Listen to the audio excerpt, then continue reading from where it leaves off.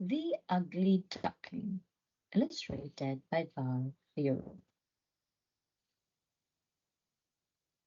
One warm, sunny day, a mother duck sat on her nest, waiting for her eggs to hatch. Slowly, each of the eggs began to crack, and out popped six beautiful ducklings. But when the seventh egg cracked open, there stood a big gray duckling, quite unlike the others. "Oh my, what a large, ugly duckling you are!" gasped Mother Duck. Mother Duck took her babies to the pond. She was pleased to see the ugly duckling could swim well. Back in the farmyard, Mother Duck showed off her ducklings to the other animals.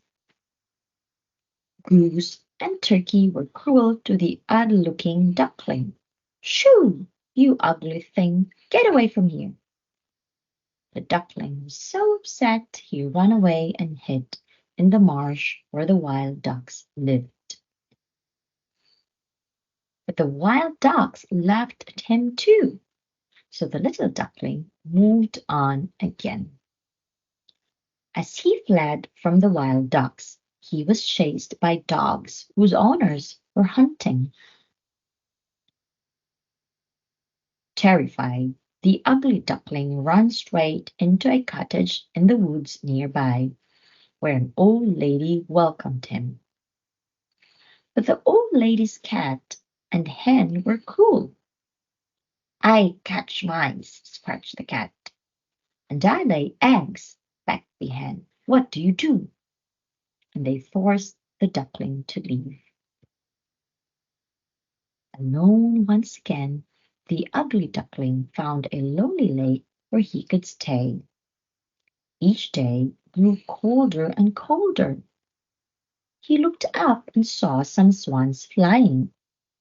"How I wish I could fly away with them," he said. It was winter now, and his lake had become ice. The duckling was stuck in the ice of his lonely lake. A kind farmer found the duckling and freed him from the frozen lake. He took him home to care for him. The duckling stayed with the farmer and his family for some weeks. But one day, the farmer's children knocked over a pail of milk and blamed the duckling. Mother was angry and told the duckling to leave. "Shoo! You are too clumsy to be a pet." Alone again, Duckling found some reeds to hide in, and there he stayed all through winter. When the sun returned, so did the lovely swans. The ugly duckling peered at them in wonder from behind the reeds. The swans saw the duckling and called to him to join them. The ugly duckling was only used to being told to go away.